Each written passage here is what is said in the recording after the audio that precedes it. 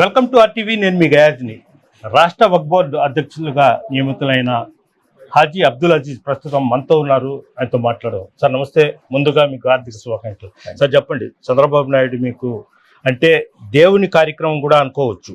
ఈరోజు వక్ఫ్ బోర్డు ఆస్తులు అన్యాక్రాంతమైన అలాంటి సమయంలో మీకు సమర్థవంతంగా మీరైతే పనిచేస్తారని మీకు రాష్ట్ర వక్ఫ్ బోర్డు చైర్మన్గా నియమించడం జరిగింది.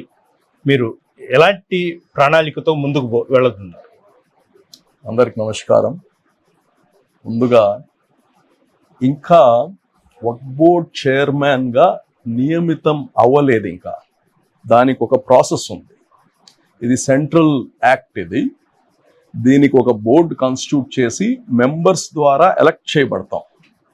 ఆ ప్రక్రియ ఇప్పుడు జరుగుతుంది. మేబీ ఒక 3-4 డేస్లో ఆ ప్రక్రియ పూర్తి చేసిన తర్వాత దెన్ ఆ మెంబర్స్లో ఎంపీస్ ఉంటారు, ఒక ఇద్దరు ఎమ్మెల్యేస్ ఉంటారు, ఒక కౌన్సిల్ బార్ కౌన్సిల్ నుంచి ఉంటారు, తర్వాత ముతవల్లిస్ ఒక ఇద్దరు ఉంటారు, స్కాలర్స్ ఉంటారు. అది ఒక ప్రాపర్ ప్రక్రియ. అది దాని ద్వారా సీక్రెట్ బ్యాలెట్ ద్వారా ఎలక్ట్ అవుతాం.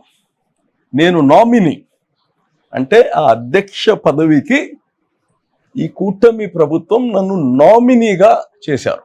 అది ఈ ప్రక్రియలో అయితే బహుశా నేను అధ్యక్షుని అవుతా. చంద్రబాబు గారు చాలా నమ్మకంతో ఈ యొక్క నామినీ చేయడం జరిగింది. ఇది నాకైతే ఒక దేవుని యొక్క పని. ఇది దేవుని ఆస్తులు, ఆ శాంక్టిటీని కాపాడడం. ఎంతో మంది గొప్ప గొప్ప వాళ్ళు దేవుని కోసం ఇచ్చేసిన ఆస్తులు ఇవి. అవును. అంటే ఉర్దూలో అమానత్ అంటారు. అమానత్ అంటే you are not the owner but you are the custodian. అలాగా ఈ గవర్నమెంటే ఈ వక్ఫ్ భూములకన్నిటికీ కస్టోడియన్.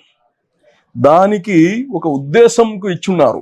కమ్యూనిటీ కోసం, సమాజం కోసం, ఇన్స్టిట్యూషన్ కోసం రకరకాల దీన్ని ఆ యొక్క సమాజాన్ని యొక్క అభ్యున్నత కోసం, ఎడ్యుకేషన్ కావచ్చు, వాళ్ళ వెల్ఫేర్ కావచ్చు, ఇవన్నీ. అయితే ఇది చాలా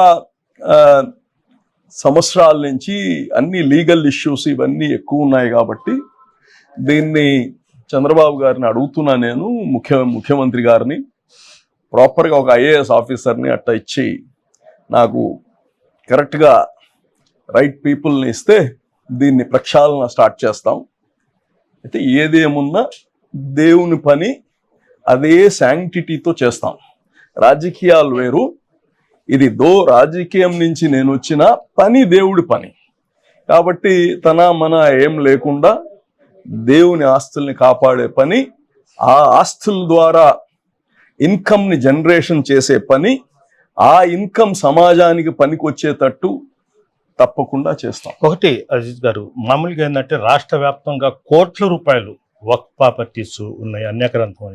అంటే చాలా ప్రభుత్వాలు, కాంగ్రెస్ ప్రభుత్వం వచ్చింది, వైఎస్ఆర్సీపీ ప్రభుత్వం, రకరకాల ప్రభుత్వం చూస్తున్నాం. ఈ పదవి అలంకరణ ప్రాయంగానే యూజ్ చేసుకుంటున్నారు. అంటే మీ మీద చంద్రబాబు నాయుడుకి మంచి ఒక అభిప్రాయం ఉంది. అంటే మీరు చెప్పారు ఐఏఎస్ ఆఫీసర్లను కూడా ఏమని. అవును. ఎలా చేయబోతున్నారు? అదే బేసిక్గా మంచి ఈరోజు మేము చెప్తున్నాం, మంచి ప్రభుత్వం, ఇది మంచి ప్రభుత్వం. ఇది మంచి ప్రభుత్వం ఎలా వస్తుందంటే, మంచి నాయకులని ప్రజలు ఎన్నుకుంటే మంచి ప్రభుత్వం వస్తుంది. అలాగనే అడ్మినిస్ట్రేషన్ మంచి ఎప్పుడు అవుతుందంటే, మంచి అధికారులు ఉంటే మంచి అడ్మినిస్ట్రేషన్ వస్తుంది. సో కాబట్టి మంచి అధికారులను వేసుకొని, దానిపైన ఉండే నాలెడ్జబుల్ పీపుల్ని తీసుకొని, ఎక్స్పర్ట్స్ని తీసుకొని దీనిపైన సీరియస్గా వర్క్ చేస్తాం. అదే వక్ఫ్ ఆస్తుల్లో ఇటు పార్టీలకు సంబంధించిన బడా నాయకుల చేతుల్లో రకరకాలుగా పోయి ఉంది. అంటే మొహమాటము లేకుండా పనిచేయాలి. మీరు అట్లా చేయగలరా? అందుకోసమే బహుశా నాకు ఇచ్చారు ఎన్కౌంటర్ మ్యాన్ అని. సో అందుకోసమే నాకు మన ఉండదు. ఏమైనా ఉంటే రాజకీయంలో కానీ ఎక్కడ మనసులో ఒకటి బయట ఒకటి ఉండదు. ఏమైనా ఉంటే స్ట్రైట్గా చెప్పేస్తాను. నేను ఇది తీసుకునేప్పుడు కానీ నాకు ఫ్రీ హ్యాండ్ ఉండి నేను పని చేయాలంటే ఇది మా పార్టీ, ఇది మా బంధువు, ఇది మా చిన్నాయన అంటే నా దగ్గర కుదరదు. నేను స్ట్రైట్ ఫార్వర్డ్గా పనిచేస్తాను. నాకు ఇంకా లా అబైడింగ్ చేస్తాను కానీ వ్యక్తులు చెప్పింది చేయను నేను. ఇంకొకటి, అజీజ్ భాయ్ పార్టీ కష్టాల్లో ఉన్నప్పటి నుంచి పనిచేశారు చాలా ఇది. అంటే నేను చెప్పేది అంటే మీ అనుచరులు కావచ్చు, మామూలుగా ఏంటంటే సీనియర్ తెలుగుదేశం పార్టీ కార్యకర్తలు కావచ్చు, అజీజ్ భాయ్కి వక్ఫ్ బోర్డు కాకుండా వేరే ఇంకా పెద్ద పదవి ఇంకా ఇచ్చుంటే బాగుండేదని కొంతమంది అయితే తెలుగుదేశం పార్టీలోనే అసంతృప్తి ఉన్నారు. దాన్ని ఏమంటారు? బహుశా ఈ రాష్ట్రంలో ఉండే అన్ని కమిటీస్ కన్నా పవర్ఫుల్ కమిటీ, ఒక శాంక్టిటీ ఉండే కమిటీ ఇది. సెంట్రల్ వక్ఫ్ బోర్డ్ లా, సెంట్రల్ లా ద్వారా డిజైన్ చేయబడింది ఇది. అందుకోసమే వేరే బోర్డుల లాగా దీంట్లో మీరు చైర్మన్ ఉండండి, మీరు చైర్మన్ ఉండండి చెప్పడానికి లేదు. దీనికి ఒక ప్రక్రియ. రెండోది, పొలిటికల్ కెరియర్ అనేది ఆ సమయంలో డైనమిక్గా తీసుకునే డెసిషన్స్. ఇప్పుడైతే ఎన్నికలు అయిపోయాయి, మా పార్టీ బ్రహ్మాండంగా గెలిచారు, కూటమి బ్రహ్మాండంగా గెలిచాము. ఇప్పుడు ఈ రాష్ట్రాన్ని బాగు చేసే దాంట్లో ఎవరి పని ఎంత కాంట్రిబ్యూషన్ ఉంది అనేది చూసుకోవాలి. ఇప్పుడు ఎంతారా ఎమ్మెల్సీలు అంటారు, ఇవన్నీ ఇంకా టైం ఉంది, ఇంకా 2-2.5 సంవత్సరం ఉంది. ఎక్కువ గెలిచిన వాళ్ళు ఎక్కువ మంది ఉన్నారు, త్యాగాలు చేసిన వాళ్ళు ఉన్నారు. ఇవన్నీ బేరీ చేసుకొని there is a time. So ఈ మధ్యలో ఒక మంచి కార్యక్రమం చేయడానికి భగవంతుడు అవకాశం ఇచ్చాడు అనుకుంటున్నా నేను. It's not by government, it's given by God అనుకుంటున్నా నేను. దేవుడు ఇచ్చాడు ఈ యొక్క అవకాశం ఎన్నుకున్నాడు అనుకుంటున్నా నేను. కాబట్టి దీన్ని అదే శాంక్టిటీతో తప్పకుండా చేస్తాం. వక్ఫ్ బోర్డు ఆస్తులపైన కేంద్రం ఒక సపరేట్ ఒక చట్టం తీసుకుని వస్తుంది. దాని మీద మైనారిటీస్ కూడా రాష్ట్ర వ్యాప్తంగా వ్యతిరేకిస్తున్నారు. దాన్ని కొన్ని సంస్కరణలు చేయాలన్నప్పుడు కొన్ని ఆలోచనలు ప్రజల్లోకి పెడతారు. ఇది చేయాలనుకుంటున్నాం, మీ ఆలోచన ఏందని. దాన్ని వ్యతిరేకించే వాళ్ళు ఉంటారు, దాన్ని ఇది కరెక్ట్ అని చెప్పేవాళ్ళు ఉంటారు. ఈ రెండింటిని బేరీ చేసుకోవడానికే ఇప్పుడు ఒక కమిటీ వస్తుంది. పార్లమెంట్ కమిటీ తిరుగుతూ ఉంది, అన్ని దగ్గరలో పోతుంది. రేపు బహుశా 29కి అనుకుంటా హైదరాబాద్కి వస్తున్నారు, కర్ణాటకకు పోతున్నారు. They are taking people's opinion, experts opinion తీసుకుంటున్నారు. మనం ఎంతసేపటికి వక్ఫ్ బోర్డు ఎవరికో ఇచ్చాము, అవన్నీ తినేస్తారు, అవన్నీ తినేశారు, ఈ వరకే మాట్లాడుతున్నాం అందరమే. దీని లోతుగా పోయింది, దీని రూల్స్, దీని రెగ్యులేషన్స్, దీనికి ఉండే యాక్ట్ ఎవరికి సరిగ్గా తెలియదు. ఎలాగైతే ఎండోమెంట్స్ అందరిలో కొద్దిగా బాగా అది బాగా ఎస్టాబ్లిష్ అయ్యి ఉంది. ఈ వక్ఫ్ బోర్డు ఎప్పటి నుంచో ఉన్నా దీనిపైన అవగాహన కమ్యూనిటీలో కానీ చాలా తక్కువ. దాన్ని అవేర్నెస్ పెంచాలి. ఇప్పుడు ముత్తవల్లీస్కి అవేర్నెస్ పెంచాలి, ప్రజలకి, ముస్లిం కమ్యూనిటీకి వక్ఫ్ బోర్డు గురించి అవేర్నెస్ పెంచాల్సిన అవసరం ఉంది. సో ఇలాగా ఈ యొక్క యాక్ట్ ఏదైతే తెస్తున్నారో అది ప్రజలందరికీ ఏదైతే మంచిదో, ప్రజలు ఏదైతే ఇప్పుడు ఓటింగ్ పెట్టారు, ఇష్టం లేని వాళ్ళందరూ అగైన్స్ ఓట్ చేయమన్నారు, ఇవన్నీ ఒక ఊరికనే చేసేయట్లేదు. అక్కడ పార్లమెంట్లో ఈ బిల్ని తెచ్చినా మేము కూటమి వాళ్ళమి ఏం చెప్పామంటే అట్ట పాస్ చేయడానికి కాదు, it has to go through a committee. ఈ యొక్క కమిటీ ప్రజల యొక్క ఒపీనియన్ తీసుకున్న తర్వాత నిర్ణయిస్తామని చెప్పారు. కాబట్టి ఏదున్నా, ఒక యాక్ట్ని మార్చాలన్నా ఏదున్నా విత్ ఇన్ ది హౌస్ కాకుండా, ఎందుకంటే దీంట్లో సెంటిమెంట్స్ ఉన్నాయి. ఊరికనే అందరు ఎంపీలు అక్కడ చేయగానే క్లోజ్ చేయరు. ఇది సెంటిమెంట్స్ ఉన్నాయి కాబట్టి ప్రజల ఒపీనియన్ ని దీంట్లో కూడీకరించుకుంటున్నారు.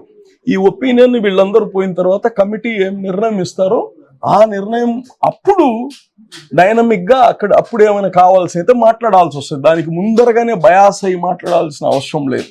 సార్ ఇంకొకటి, వక్ఫ్ బోర్డు ఆస్తులు చాలా మంది లీజుకి తీసుకొని రకరకాలుగా ఉన్నాయి కదా, వసూలు చేయడం కానీ, అంటే వక్ఫ్ బోర్డులో పనిచేసే ఉద్యోగులు, ఇన్స్పెక్టర్లు కావచ్చు, వేరే వాళ్ళు కావచ్చు, వాళ్ళు పాతుకుపోయి ఉన్నారు, వాళ్ళు సరిగా పనిచేయడం లేదు, ఇది అనేది ఒక ఆరోపణ అయితే ఉంది. అంటే ఆరోపణలు నేను పోయి కూర్చొని దాన్ని చూసేదాకా నేను దాని గురించి కామెంట్ చేయను. అంటే ఏది కానీ అనుకునేది ఒకటి ఉంటుంది, ఉండేది ఒకటి ఉంటుంది. కాబట్టి నేను దానిపైన రివ్యూ చేసేదాకా ఐ విల్ నాట్ కామెంట్. ఎవరి గురించి వాళ్ళు మంచోళ్ళు కాదా, మంచోళ్ళ అని నేను చేయను. దాన్ని రివ్యూ చేసిన తర్వాత బేసిక్గా నాకు ఏం తెలియదు. నేను ఇప్పుడు యాక్ట్ నేర్చుకోవాలి, రూల్స్ నేర్చుకోవాలి. దానిపైన క్షుణ్ణంగా ప్రతి ఆస్తిని జియో ట్యాగింగ్ చేస్తాం, కొద్దిగా మోడర్నైజ్ చేస్తాం. మొత్తం ఆన్ స్క్రీన్లో ఆస్తులు ఆడున్నాయన్నీ పిన్ చేస్తాం, దాన్ని శాటిలైట్ ఇమేజింగ్ తీస్తాం. ఇవన్నీ కొద్దిగా మోడర్న్ టెక్నాలజీని, ఆర్టిఫిషియల్ ఇంటెలిజెన్స్ని వాడుకొని ఈజీ చేస్తాం, అందుబాటులో ఉండేటట్టు చేస్తాం అందరికి. చివరిగా అంటే మీకు రాష్ట్ర వక్ఫ్ బోర్డు చైర్మన్ గా అంటే ఇవ్వబోతున్నట్టు చంద్రబాబు నాయుడు ప్రకటించిన తర్వాత నిన్న పోయి మీరు కలిశారు.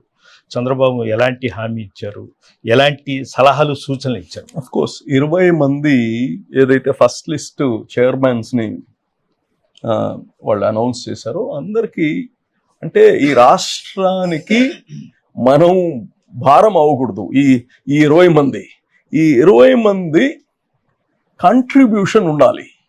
అంటే ఈ 20 మంది అన్నిట్లో నిపుణులని కాదు, నైపుణ్యం తెచ్చుకోవాలి, నేర్చుకోవాలి, తెలుసుకోవాలి, నిపుణులతో కలిసి అవసరమైతే పక్క రాష్ట్రాలకు పోవాలి, ఎక్కడ గుడ్ ప్రాక్టీసెస్ ఉన్నాయో చూడాలి, దానికన్నా మెరుగు మనం ఏం చేయగలుగుతాం ఈ రాష్ట్రానికి, రాష్ట్ర ప్రజలకని చూసి ఇది ఒక ఏదో అలంకరణ కాదు, ఇది అలంకరణ కాదు.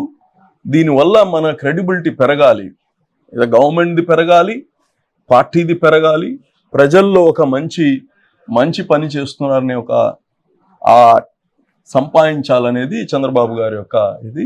దీన్ని చూసి ఏదో పదవి వచ్చిందని విరుచుకొని తల బిరుసుగా ఉండకూడదు, ఎంత ఎదిగినప్పుడు తగ్గి ఉండాలనేది నేర్పించారు ఆయన నిన్న ఆయన మీటింగ్లో.